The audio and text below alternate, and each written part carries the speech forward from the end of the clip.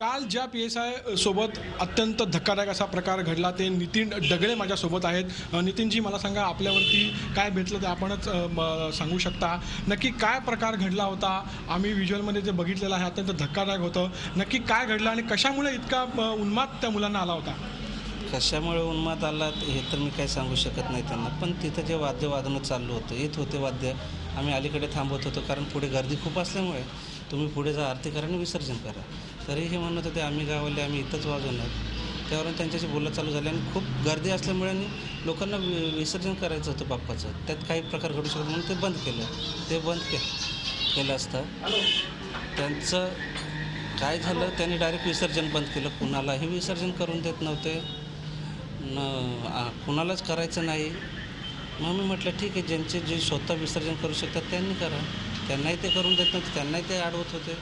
एक मूर्ती नंतर मग मी खाली गेलो, मूर्त्या होत्या तिथं, त्यांची विटंबना होण्याची शक्यता होती. लोकांनी ठेवलेल्या हातात घेऊन होत्या, गर्दी एवढी होती की कुठलाही प्रकार घडू शकत होता.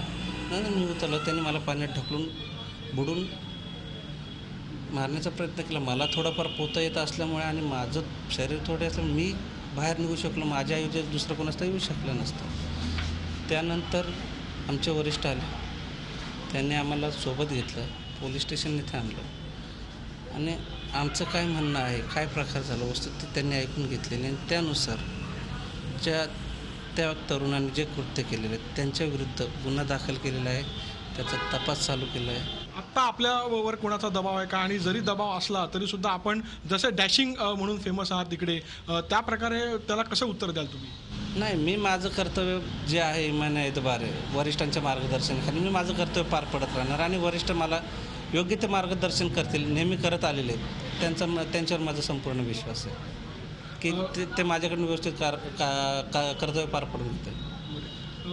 वरिष्ठांवरती विश्वास आहे आणि मला नक्कीच न्याय मिळेल अशी आशा जी आहे डगळे व्यक्त करत आहेत. मात्र आता खरी कसोटी आहे ती डगळे यांच्या वरिष्ठांची आहे.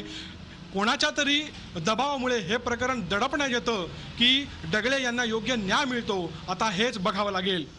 व्हिडिओ जर्नलिस्ट मनीषसह विशाल वैद्य, झी मीडिया, कल्याण. झी 24 तास रहा एक पाऊल पुढे.